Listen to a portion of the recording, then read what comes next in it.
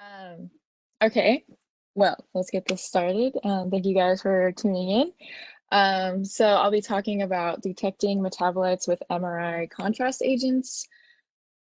And so in order to do this, we have to understand what MRI is. So it's a non-invasive imaging technique that utilizes the intrinsic spin of protons. So an induced magnetic force is applied, the protons will align with that magnetic force, and then a radio frequency is applied that disrupts the spin of these atoms or protons either transversely or longitudinally, i.e. 90 or 180 degrees. And so when this frequency is pulsed, the protons are allowed to return to their intrinsic spin in what is called relaxation. So as protons relax, energy is released and the image is produced in either T1 or T2 weighted images. So our T1 image is based on longitudinal relaxation, or the 180 degrees. And so in this case, the fat or the more solid tissues will have faster relaxation, and so we see that appear as a brighter image on the T1. And then the opposite of that is the T2, where we see the 90-degree relaxation, where water relaxes quicker, and we see that around the liquid around the tumor within this brain image. So an important thing to discuss about detecting metabolites is understanding CEST, which is the chemical exchange saturation transfer. And this is either through proton exchange, molecular exchange, or compartmental exchange. And so saturation is defined as a temporary state in which tissue shows no net magnetization. And so in this example here, in A, we have the saturated amine proton, which we'll get after a radio frequency is induced, will exchange with available unsaturated water protons, reducing the signal of the compound and of the water over time. And so as this exchange keeps occurring, our compound will reach a steady state signal, and then the water will continue to reduce until there is no longer a change. And this change in the water signal is what we are hoping to use to image in our CEST. And so quantification can occur when a metabolite saturation frequency is exchanged with this water. And so we can see how CEST has enhanced this imaging. Comparing it from T2 to the CEST image, we can see a gradient occur, which is a lot more detailed than our simple T2 imaging. So some physicochemical mechanisms that are present throughout a lot of these CEST reagents is a change in the tumbling time, where we see sort of larger molecules have a slower relaxation time, and our change in aggregation state, where we combined magnetic moments to affect the overall super paramagnetism of these reagents. We can see a change in chemical exchange rate with water, as well as the accessibility of water. We can also alter the ligand and the proximity of the ligand to the exchange, as well as change electronic states. And so these are all some of the mechanisms that are involved in CEST reagents. So without getting too involved into the math, as chemists, we're going to focus on the chemistry, but this is important for understanding what we're looking at in CEST spectra.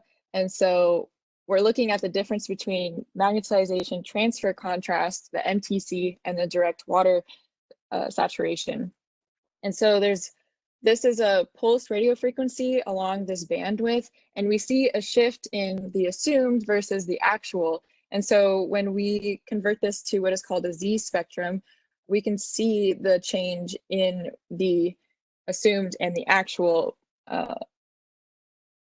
in the Z spectrum. And so this is what we're looking for. We're looking for sort of an asymmetric change in this otherwise symmetric bandwidth here.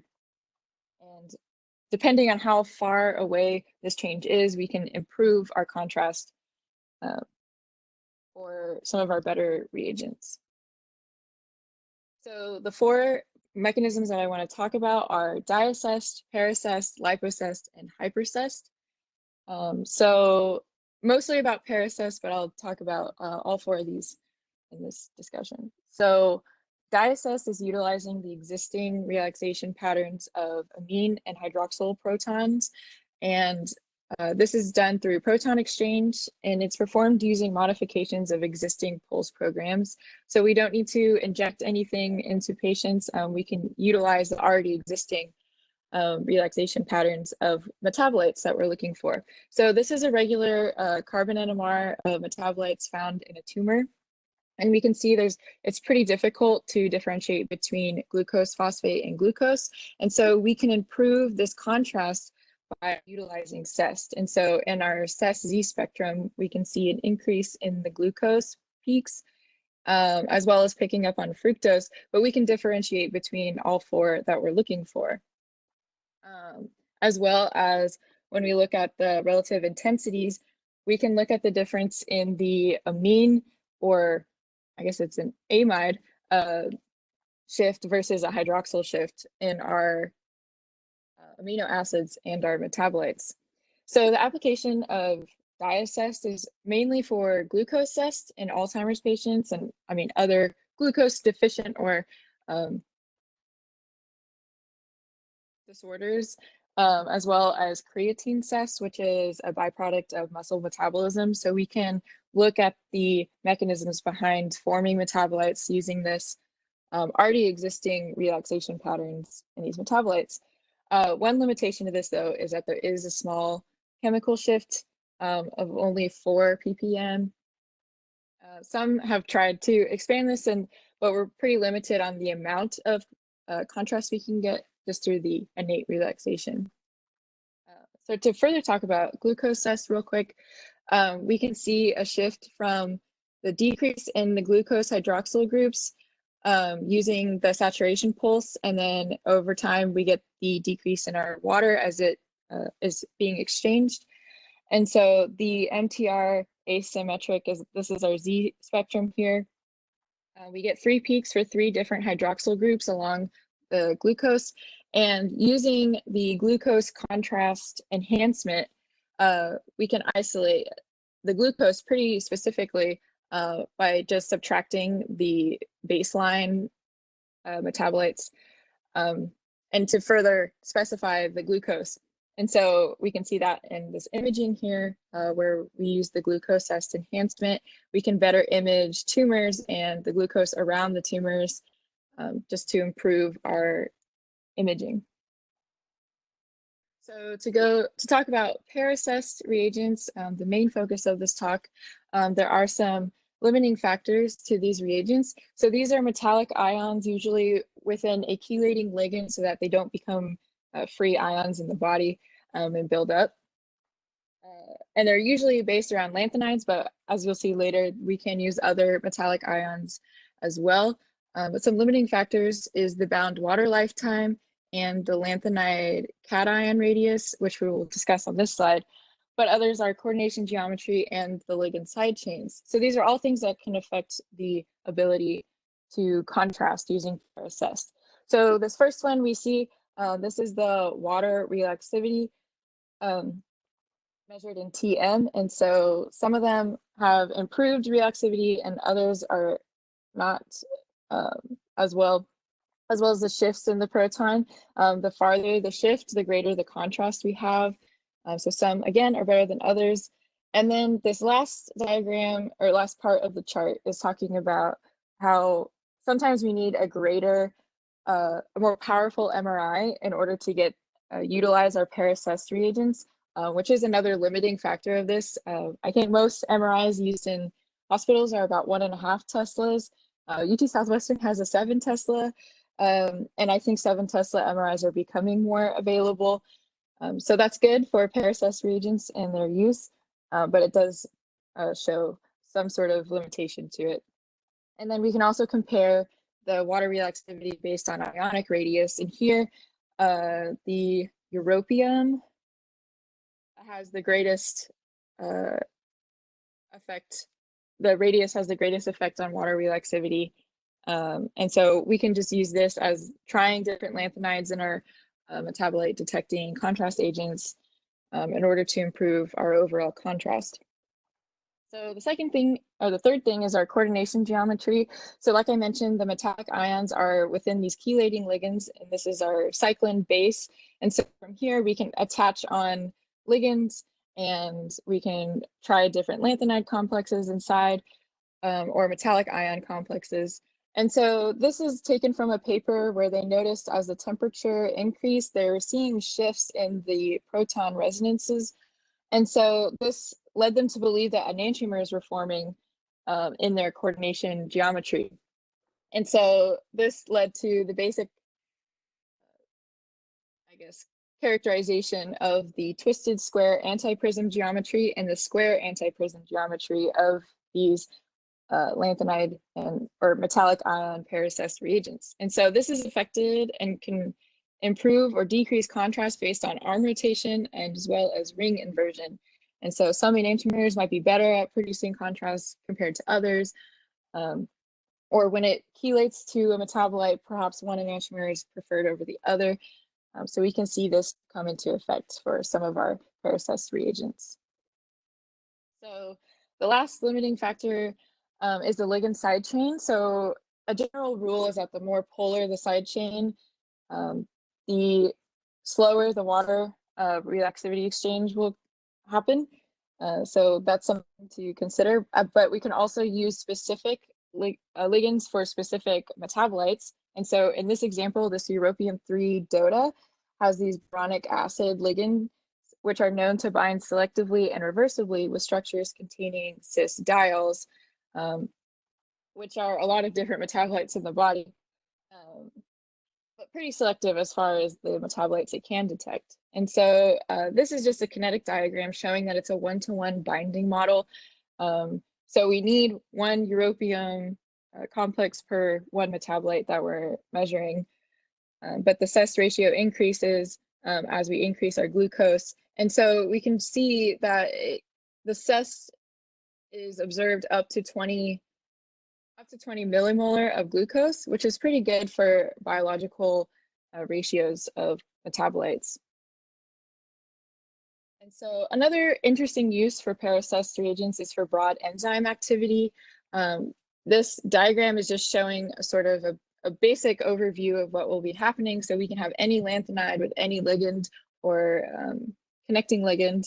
And then when the enzyme binds to it, it can break off this ligand, producing the CEST reagent with the CEST active protons, and that shows the activity of the enzyme over time in the MRI. So this is possible even at low enzyme concentrations. The enzymes can change the tumbling time by making a larger reagent. It changes the overall bulk magnetic susceptibility, which is slowing down over time, which leads to a change in our T1 relaxation. And then enzymes can change the accessibility of water for the agent as well. So again, just all these different things that we can alter in these para-CEST reagents to detect different metabolites and enzymes. And so a specific example of this was detection of beta-galactosidase. There was no para-CEST effect for the ytterbium, DOTA, beta-gal complex. But after the beta-gal hydrolyzes, it produces this electron donating group, which causes an electron cascade, which breaks off this ligand here, giving us our para-CEST active azide group, or the amine protons available for CEST. And so again, we see this change in symmetry from our previous saturation offset to our new as we increase our pH, which is indicative of a more cancerous area as pH increases. We can see and measure the activity of the enzyme over time.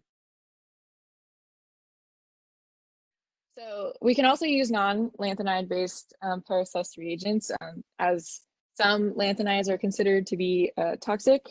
Air quotes around toxic.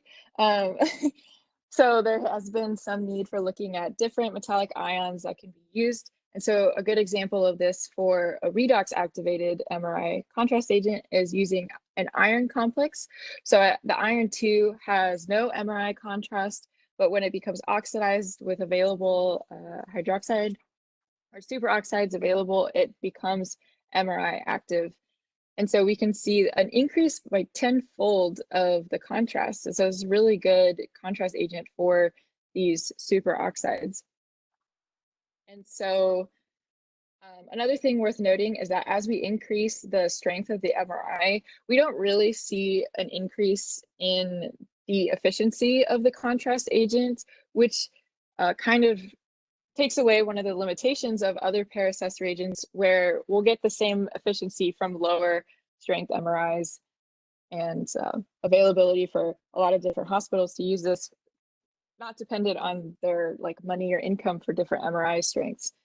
As well, we can use our knowledge and over time looking at the contrast to look at the enzyme activity through this absorbance spectra, and then relayed here as the iron oxidation rate increases, so does we're mapping the glucose oxidase activity. So can I go back to? Yes. Can I go back one slide? I've got a question for you. How'd they induce this Is this oxidative damage, or is this just? No, go to your iron oxidation, iron 2 to iron 3 process.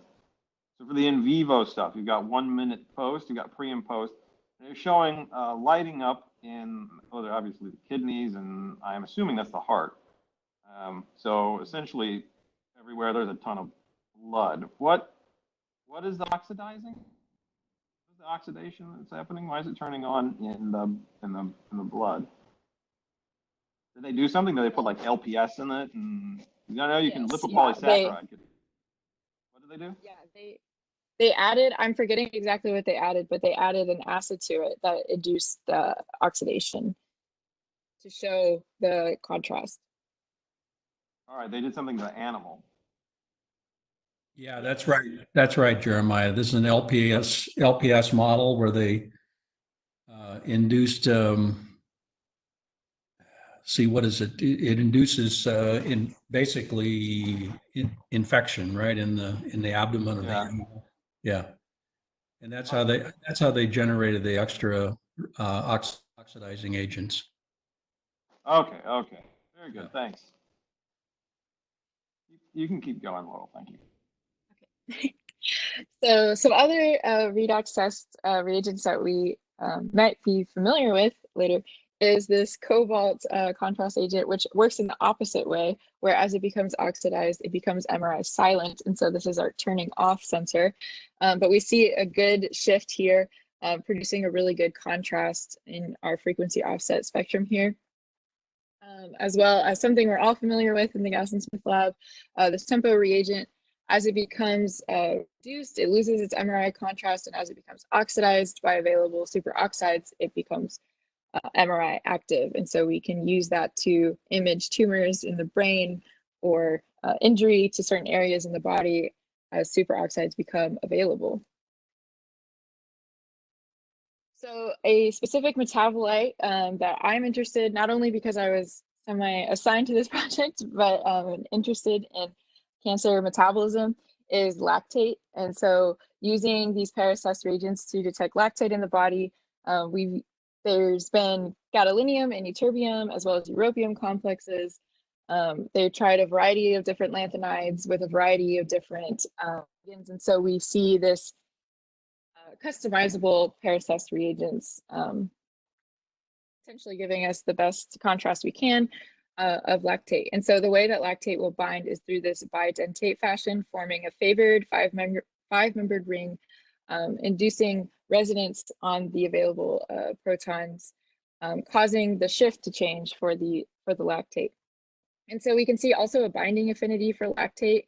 It's not the best compared to tartrates, but is better than others. And so we can see a preferential binding of lactate. And so this is promising for a good biosensor. And so one in particular that was used was the ytterbium 3 complex for lactate detection.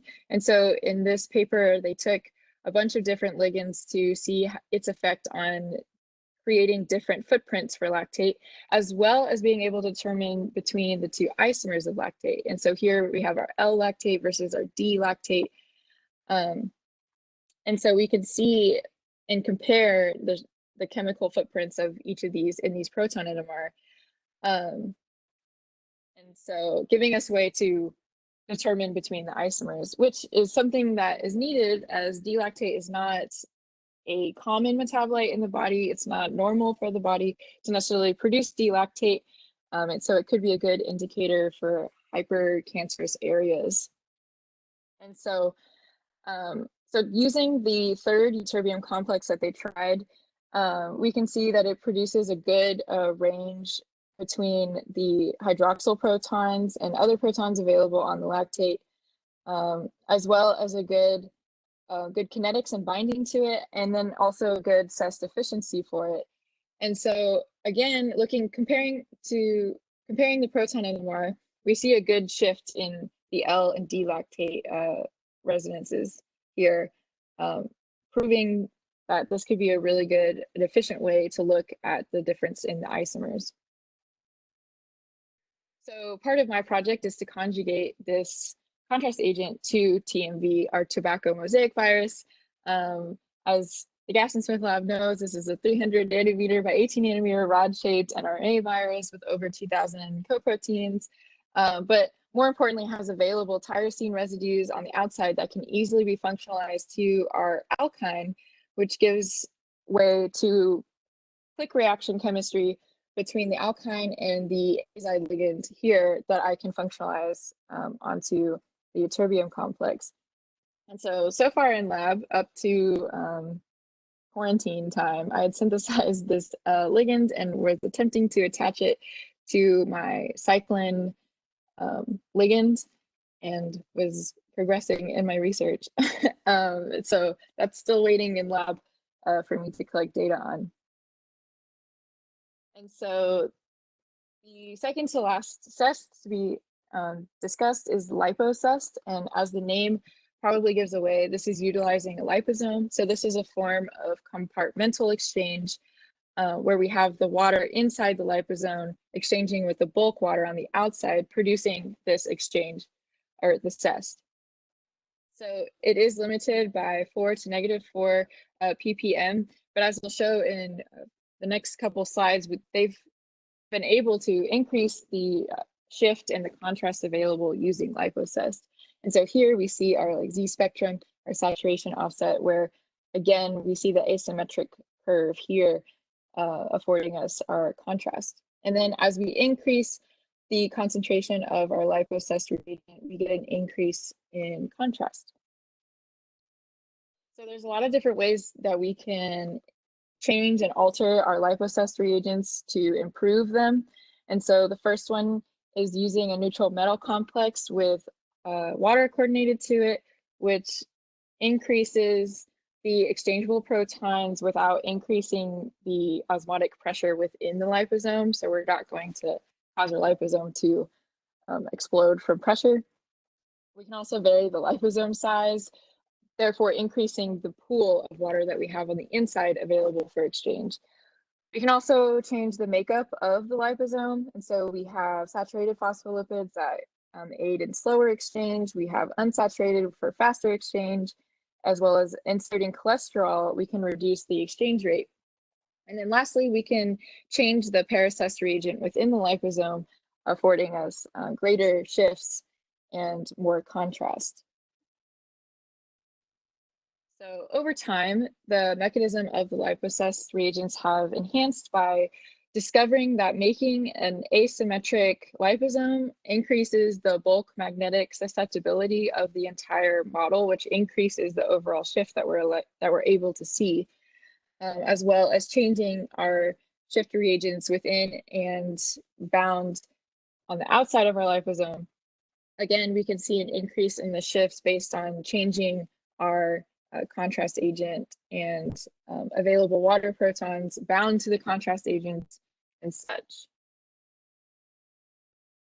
And so in this example, we're seeing our neutral oleum lanthanide-based contrast agent, which aids in quick exchange of water as it has the bound available protons here that will exchange. And so we see it inside the liposome, and then water will become exchanged, and then through the liposome, causing the contrast we see in these phantom MRI images up to 15 ppm, which is pretty good contrast. And you can see also the gradient within each one owing to a bit more selectivity. And so the last CEST I would like to talk about is the hyperCEST, which is hyperpolarized nuclei. And the ones I saw were carbon and yttrium and xenon. And so xenon becomes hyperpolarized using spin exchange optical pumping. And then once dispersed into solution, the T1 drops for water, and the CEST method induces the depolarization of the bound hyperpolarized xenon upon applying the RF saturation that we can see. So we can see a good shift in the CEST effect. And so my understanding of this was that we're essentially changing the pools. And so we have our unbound xenon comparing it to a bound xenon.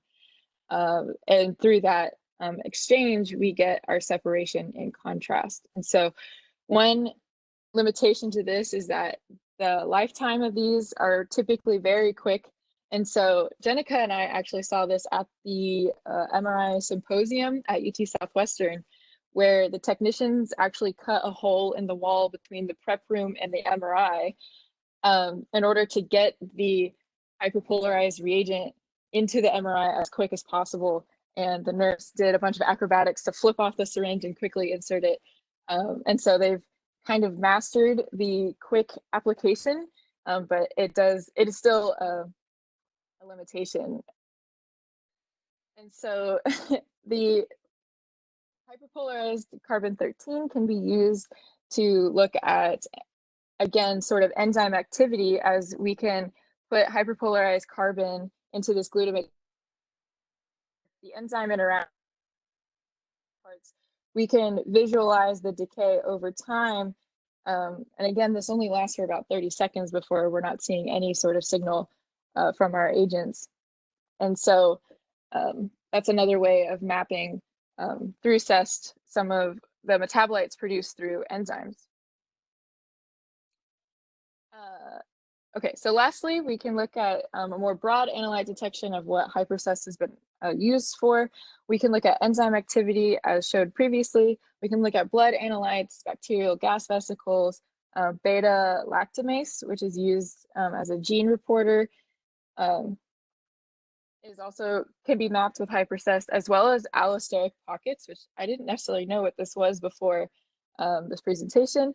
But in my research, this becomes very important for drug delivery, as there are available sites on enzymes to be bound with drugs, and particularly cancer medicines that don't necessarily inhibit the enzyme, but can overall affect the impact of medicine. So that was really cool for me to read about. But here we can see basically a difference in free xenon versus xenon competing for encapsulation of the CB6. And so, so that produces the contrast that we're able to see by using these hyperCEST reagents. So some final points about CEST overall is that using this chemical exchange, we've been able to fine-tune metabolite detection. As we can see, there's a variety of metabolites that we can detect based on this chemical exchange occurring. ParaCEST agents provide a customizable platform with changing your lanthanide or your metallic ion within it, as well as your ligands on the outside. It kind of opens the door to discovering a bunch of different metabolites, and finding preferential metabolites with specific ligands will prove to be very useful in the future for MRI. And also utilizing CEST, MRI is evolving to be a more specialized diagnostic tool, because we're able to be very specific in imaging, and we're not seeing the more broad images, but instead being able to focus on specific things that we're looking for. And so with that, thank you. Are there any questions? All right, that was good for first year. That was actually very, very good. So yeah, does anybody have any questions? So slide 23, Laurel. Great talk. Yeah, so on that phantom image, I noticed that there's two different magnetic fields being applied to the samples. Yeah. However, when you look at can you please explain as to why they're applying two different magnetic fields, or what exactly are they trying to get out of this experiment? Yeah, so we saw that S reagents are very susceptible, and the efficiency of them can increase based on the Teslas applied to them or the magnetic field applied to them. So I think this is just them trying to discover the extent to which they can optimize this using different magnetic fields. I see. Okay, thank you so much. Okay. Good question. Anybody else? Laurel, can you hear me? Yes. Okay.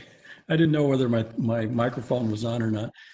So great talk. I'm amazed at the number of topics that you covered, and you seem to understand everything quite well. So congratulations. You must have worked a long time on this. Oh, so much time. There's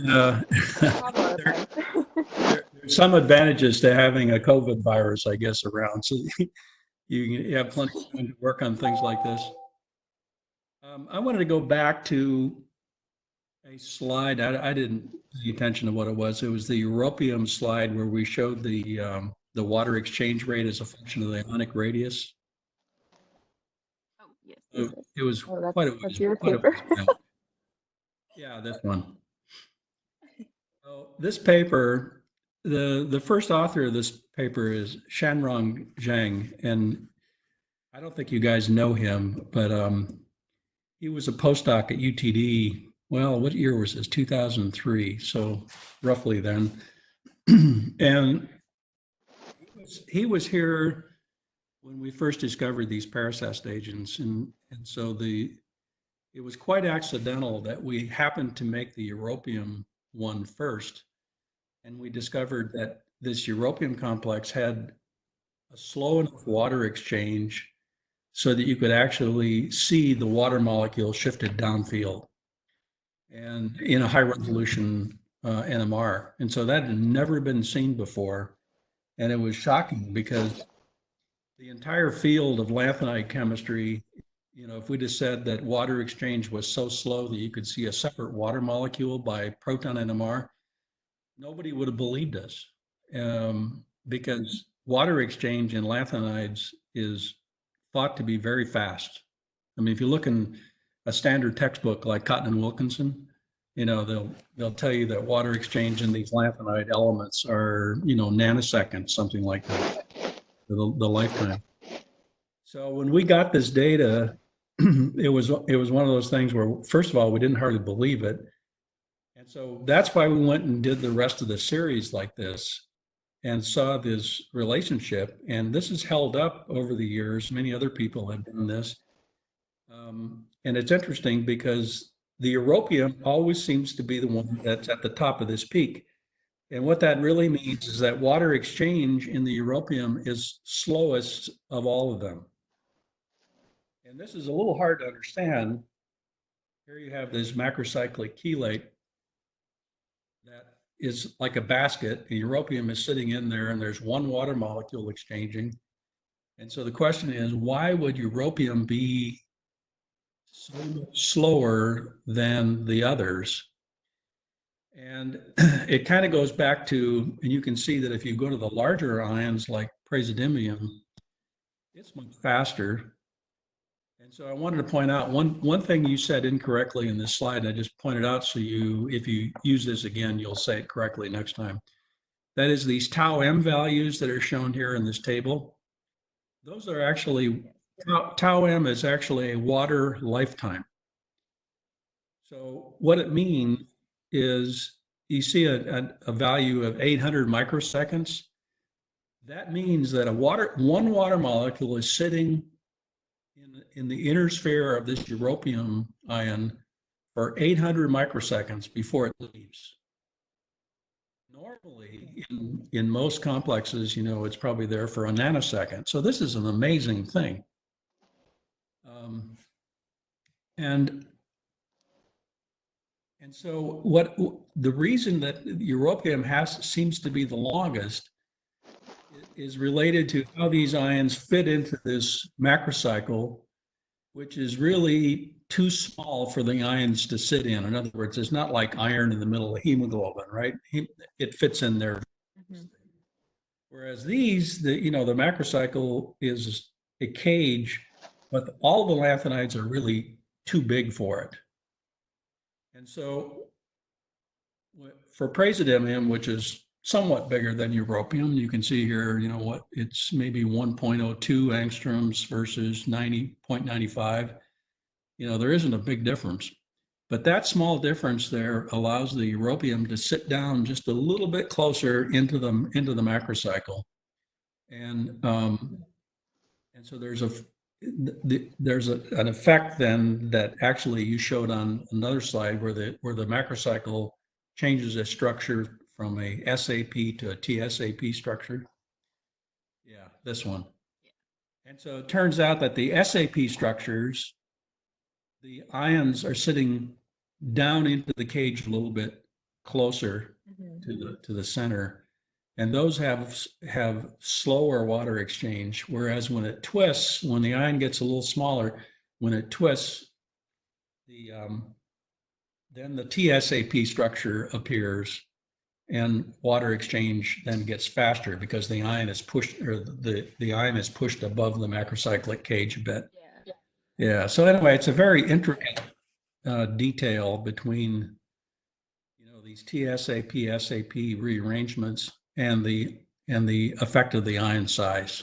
So it took us years to figure this out, but it was such cool chemistry because this was completely unknown in the rest of the world, and this slide actually became rather famous because everybody uses this as an example of how you can dramatically change the water lifetime in these things. So anyway, I'm kind of proud of that because, this all came out of UTD. So it was kind of a nice thing. Yeah. This was referenced in a lot of the other references that I used in reviews. Yeah, so I figured I had to talk about it. I'm sure that paper is highly cited. I haven't looked, but it's probably highly cited. But yeah, Shanrong was an amazing guy. I mean, he was a fantastic chemist. He was an NMR person who actually came from China to work with me. And he stayed as a postdoc for about 4 or 5 years. And then he left for a while, and then I ultimately hired him back down at the imaging center, and he became he was the guy that was doing our small animal imaging. So some of Jeremiah's group may know him. So he operated our 7T and did all the mouse imaging. And maybe you even know him, Laurel. I don't know. Were you ever back there and observed? I don't think so. You don't think so? I might have. I've gone down there with Michael. And, yeah, Michael. I think Michael knows him. Yeah. Michael's dissecting spleens today, so he couldn't make it. So. Okay.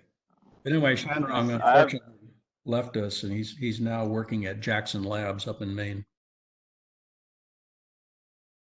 I just wanted to point out that tau m is a lifetime, not a. You called it a relaxivity, I believe. Okay. Yes. Just a mental mistake. Okay. No problem. Right. Did anybody have anything else they wanted to ask? Undergrads, maybe? No? No, I don't have anything to ask. I mean, I guess it's a lot of information, but thank you, Laurel. This is really good. Yeah. Okay, well, I think we can... I have one quick question. Oh, Oh, please. It's Sharon over here. Sharon. Oh, I know. You talked about the hyperpolarization towards the end. I was just wondering, you mentioned a process, a method that I'm not familiar with. It's the optical pumping. Yeah, it's right. Yeah, spin exchange, optical pumping. I was just wondering if you could explain how that works, or like just like a general Oh overview. gosh, dang. Good luck, Laurel. That's a Yeah, tough I know. one. That's a very heavy question. Have to get Lloyd on the phone. It's a very long process. I think Yes, no worries. is it ruthenium is involved in it? So there's it's a very long process. I can send you a paper if you want to read about it. You'd be Sure, that'd be just as great. confused as me. Yeah. All right. Thank Yeah. you. Great talk. Sorry, I couldn't Yeah, further. the optical pumping is only used for gaseous materials, and so it's used for hyperpolarized. The two biggest ones are hyperpolarized xenon and hyperpolarized helium. Mhm. And when you have a gas, the only way that you can get them into this excited spin state is through this optical interaction with another. I think it's a ruthenium complex that they use, and then these individual atoms, they collide with one another, and there's a spin polarization, kind of a transfer process that occurs. So, Okay. yeah, so it's a way of, optically you get an excited state, and that atom collides with a xenon atom, and there's a spin polarization that's transferred in that process. So, All right. yeah, it's pretty cool, actually. Thank you. Yeah. All righty. Cool. Yes. So, yeah, Laurel, I thought this was really great. And, if you gave this at your first QE, you would probably blow most of the other talks out of the water. I think polish this up a bit, and it'll be even better. So, The QE is only 10 minutes, right? Or is it longer? no, it's 30 Because it's minutes. in like, oh, it's 30 minutes? Okay. I didn't know because they're doing like the 30 minutes, online yeah. conference. Well, I don't know what we're going to do, honestly. Your guess is as good as mine at this point, or what's going to actually happen for the QE. But we'll have it in some ways. So, yeah. So, okay. Well, let's all thank Laurel. We can do the whole clapping thing now. Very Can good. we do it in the video? Yeah. Okay. Right. And then on Wednesday, we'll listen to Nima give his deep dive into science. Yes. Can't wait. All right. Well, you guys enjoy the rest of your day, and I'll see you soon. Thanks, Jeremiah. Thanks, team. Thanks, everyone. Thank you. Bye. Bye. Bye.